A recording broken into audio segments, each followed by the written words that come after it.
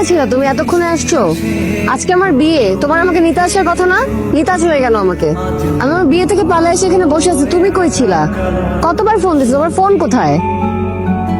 Flight হয়েছে, বুঝছি। তুমি বাসা চলো, বাবার সাথে কথা বলবা, চলো। ওয়ালেটটা আমি দিচ্ছিলাম না? সরি, আসলে আমার এক্সাম শুরু হয়ে গেছে তো, তাই তাহলে আপনার সাথে ধাক্কা লেগে গেছে।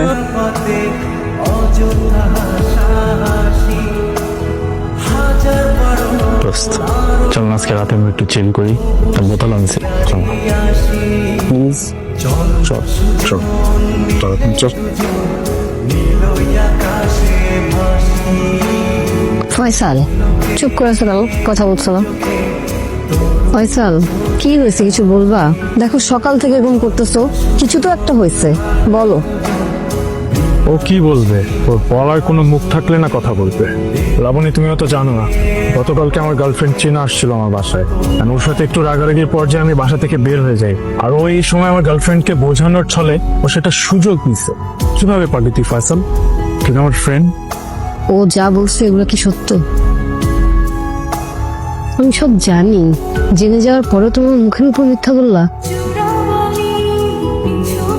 দোস্ত, আমি রিয়েলি সরি দোস্ত।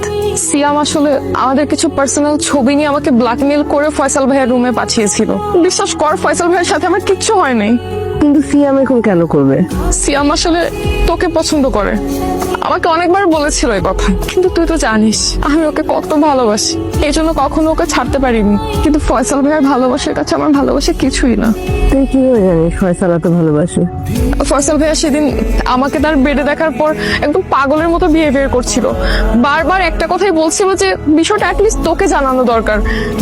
কিন্তু আমি ফয়সাল ভাইকে ভয় দেখাই, আর সেই ভয়ে সে তোকে কিছু জানায়নি।